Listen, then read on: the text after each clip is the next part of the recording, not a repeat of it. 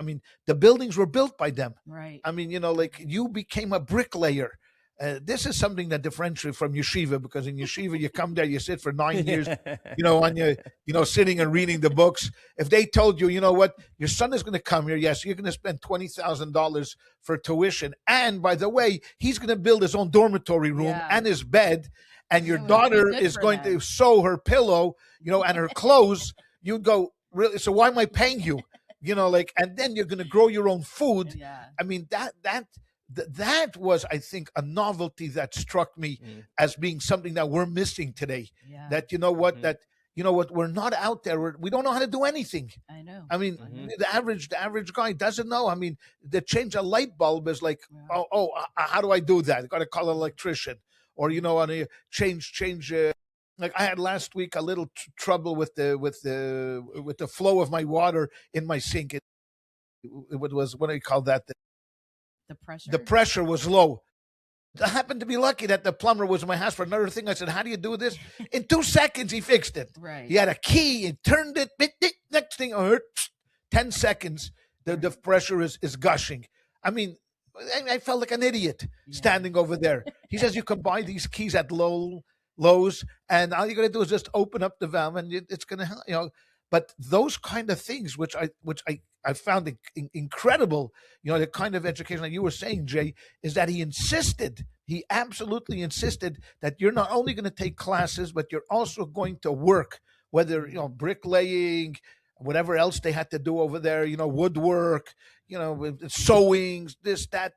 I mean, and that gave, so if you were not able to even get a good education, let's say you flunked out, but at least you were a bricklayer. Yeah. Like one of his sons didn't one of his sons say to him that he wants to become like one of the, like an architect or something like that. And he knew already this, that I thought was incredible. That's something I think that we don't. I think about this a lot, because I think there is something extremely important about manual labor, and we just don't have that anymore. It's not and I don't know what we replace it with, and how do we, and I know just from my working with my college students that, some of my college students, not all of them, but some of them would do so much better if they were actually busy with manual labor every day.